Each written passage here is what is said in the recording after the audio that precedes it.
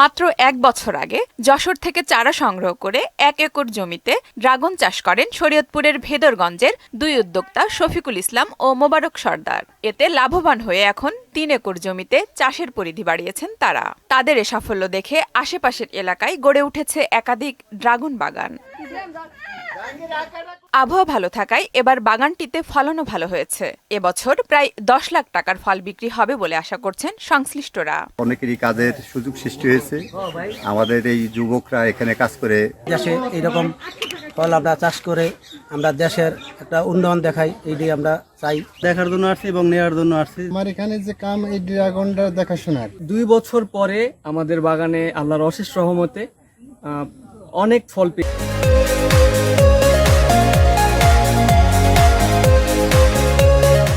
আমরা। এ বাগানে কাজ করে ১২টি পরিবারের বেকার সমস্যার সমাধান হওয়ায় খুশি উদ্যোক্তারা। পুষ্টির চাহিদা মেটানোর পাশাপাশি মানুষের যাতে কর্মসংস্থান হয়, এই কর্মসংস্থানের আগ্রহ থেকেই মূলত আমার এই ড্রাগনের বাগানটা করা। আমার এখানে প্রতিদিন ১০-১২ জন লোক কর্মসংস্থান হয়েছে। দরিদ্র লোক তারা সারা বছর আমার এই বাগানে কাজ করে তাদের জীবিকা অর্জন করে। জৈব সার ব্যবহার করে প্রাকৃতিক পদ্ধতিতে ড্রাগন চাষে কৃষি বিভাগ পরামর্শ ও সহায়তা দিয়ে আসছে বলে জানালেন এই কর্মকর্তা। আমরা জৈব সার ব্যবহার এবং আমরা কৃষি অফিস, আমার উপসহকারী কৃষি অফিসার, আমরা টিম সহকারে তার বাগানে ভিজিট করে বিভিন্ন ধরনের পরামর্শ প্রদান করে আসছি। বর্তমানে তার বাগানটা খুবই ভালো।